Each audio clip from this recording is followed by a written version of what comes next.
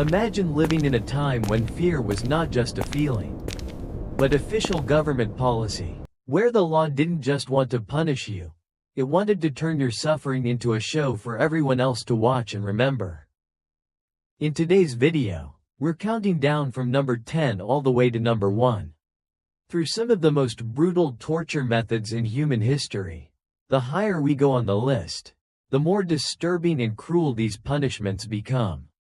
But before we start, this is history, not a tutorial. We're here to understand how dark the past could be, and to appreciate how far ideas of human rights and justice have come.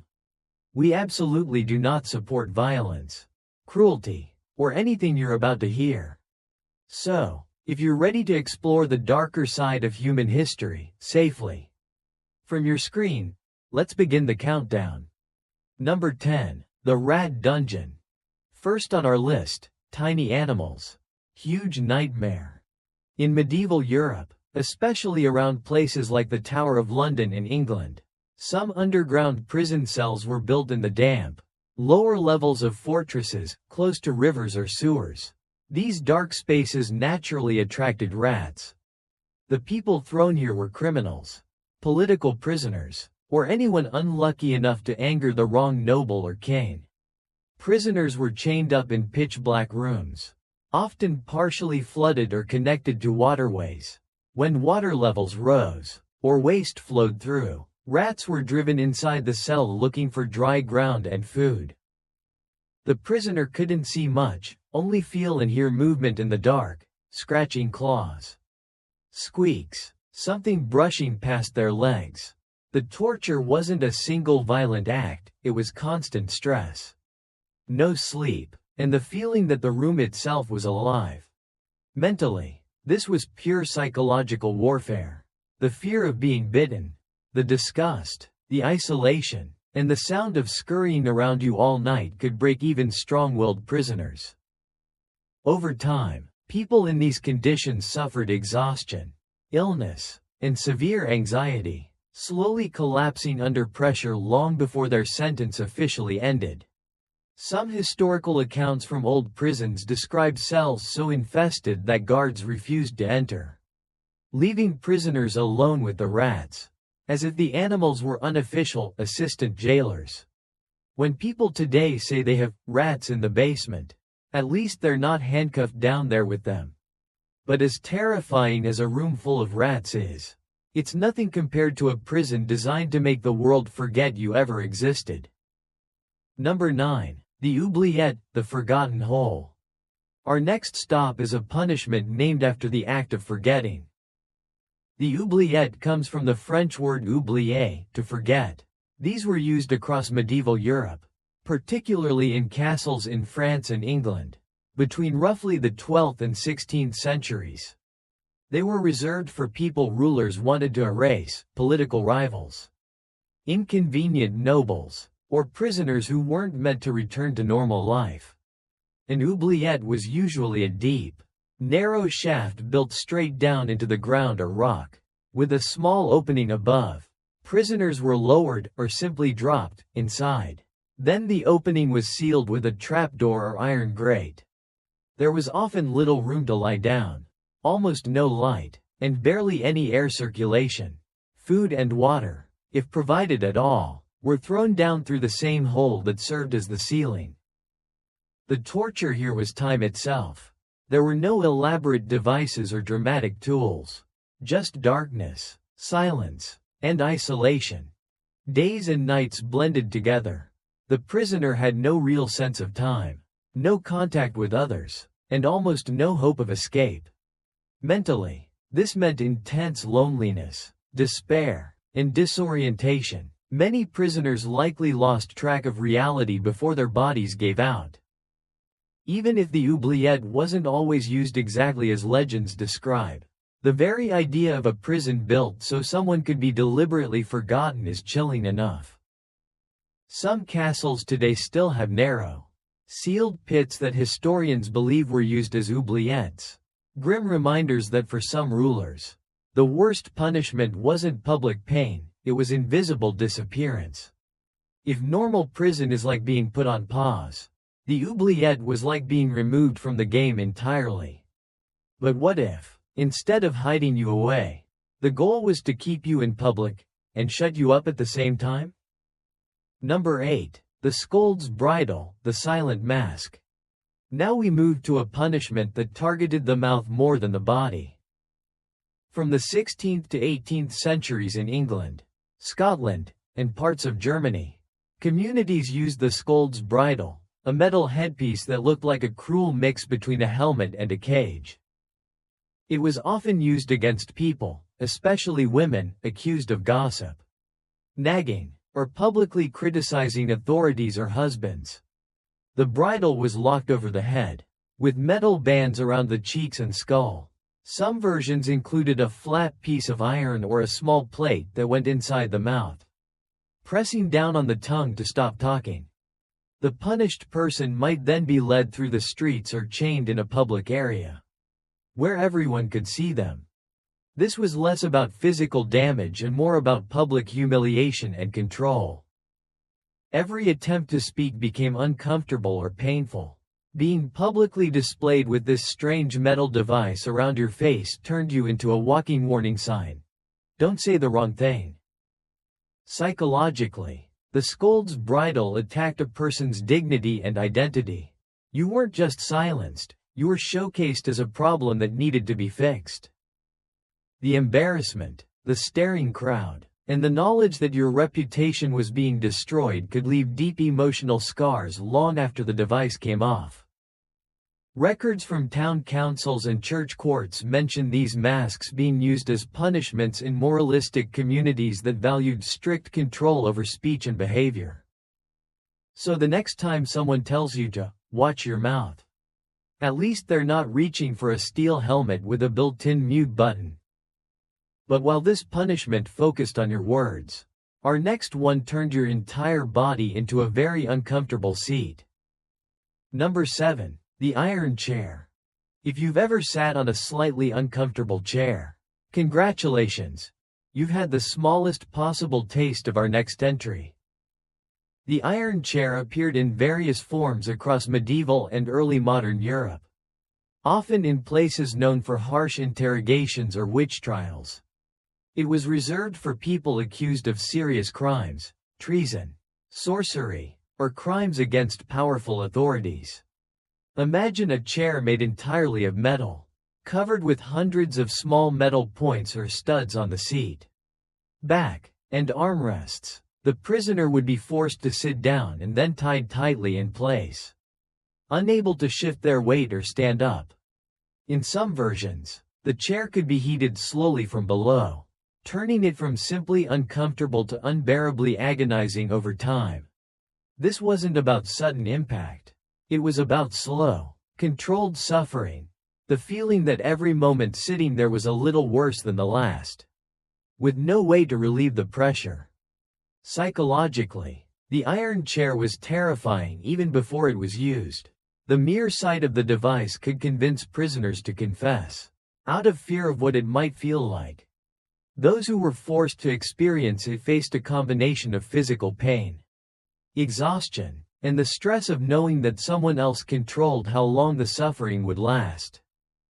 Some historical torture chambers on display today include replica iron chairs, reminding visitors that having a seat used to be a very dangerous invitation.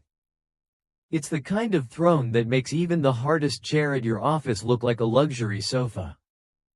But if you think being stuck in one place is bad, wait until the punishment is literally pulling you apart. Number 6. The rack, stretched to the limit. At number 6, we arrive at one of the most infamous torture devices of all time, the rack. Used across medieval Europe, especially associated with places like the Tower of London, the rack was a favorite tool for extracting confessions, whether those confessions were true or not. It was often used on people accused of treason, conspiracy, or religious crimes. The setup was simple but horrifying. A long wooden frame with rollers at each end. The prisoner's wrists were tied to one end and ankles to the other. By turning the rollers, the ropes would tighten, gradually stretching the body. Each turn pulled the limbs further than they were ever meant to go. There were no sudden attacks, just the slow, deliberate increase of tension. The victim knew the person turning the handle could stop or keep going. The psychological effect was immense. The fear of the next turn, the worry about permanent damage, and the knowledge that you had no control over what happened next all combined into a powerful form of mental torture. Even if the rack wasn't always used to its absolute extreme, the threat alone often did the job. Some famous prisoners in English history were reported to have been examined on the rack and left with lifelong disabilities, even if they were later released. Feeling stretched thin by life is one thing. Having someone else literally in charge of stretching you is another. But at least the rack stayed on land. Our next torture method takes us out to sea and under it.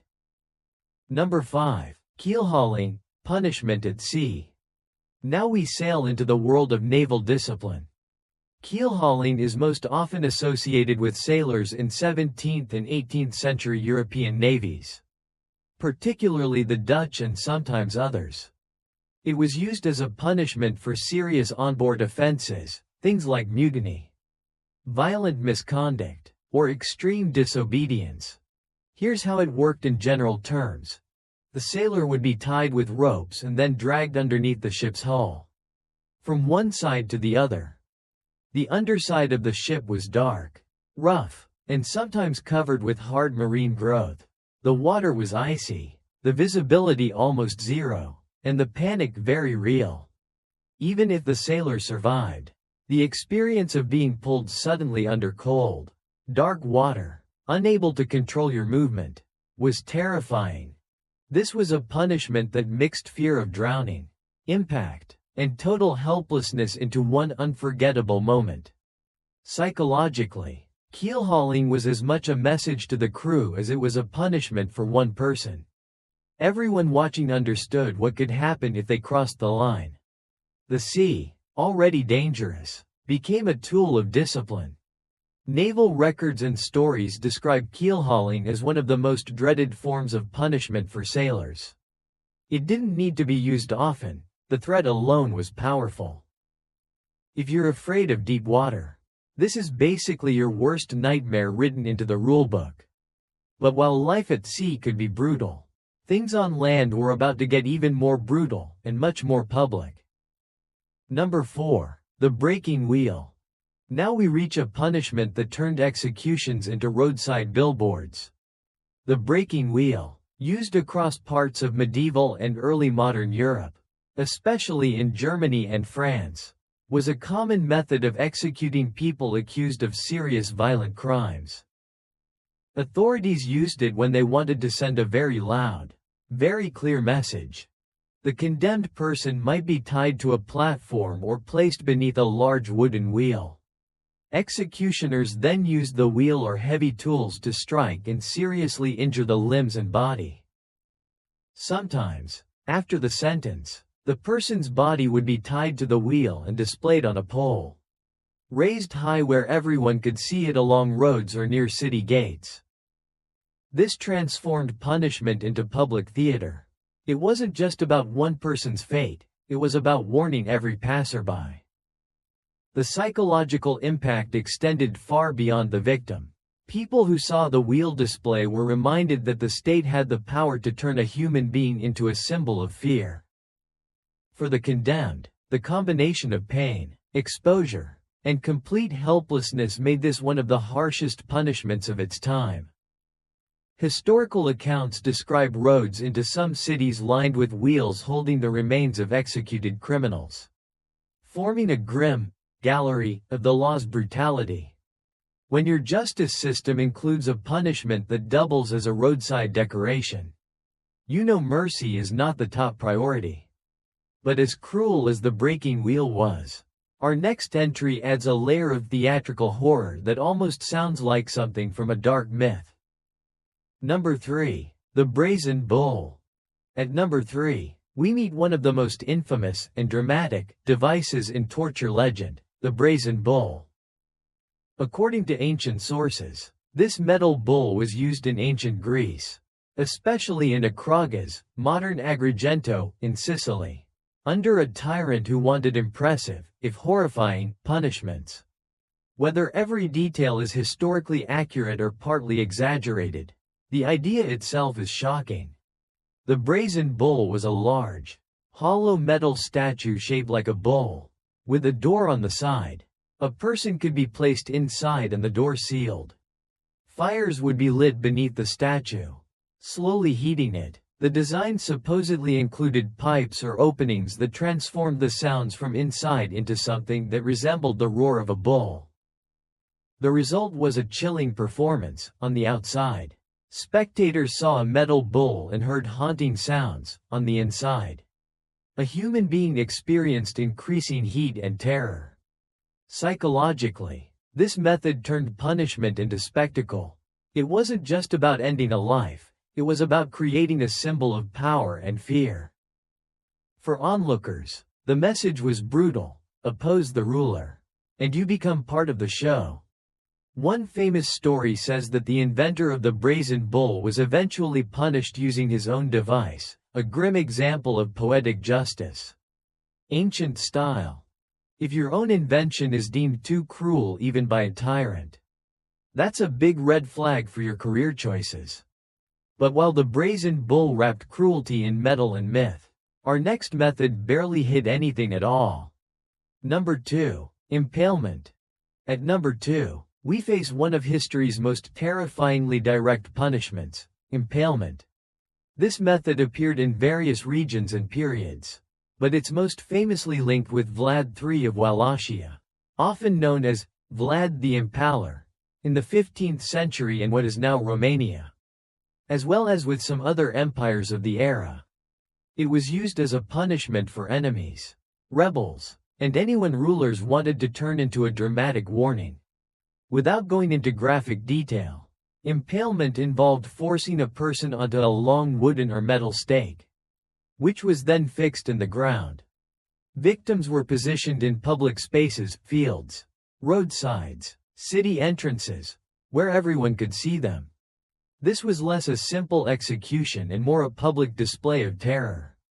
People traveling through these lands might see entire areas filled with stakes and victims, turning the landscape itself into a message: do not resist. Psychologically, impalement was just as much about those who watched as the one who suffered. The fear it created could silence opposition and keep populations under control. It became a symbol of absolute, merciless power. Stories say that Vlad the Impaler once dined while looking out over a field of impaled enemies, treating it as a gruesome view from his table. When your country's tourism slogan could be "great scenery, just don't look too closely at the poles," you know something has gone terribly wrong. And yet, there is still one method more infamous, more drawn out, and more symbolic of slow, deliberate cruelty. Number 1. Lynching, death by 1,000 cuts.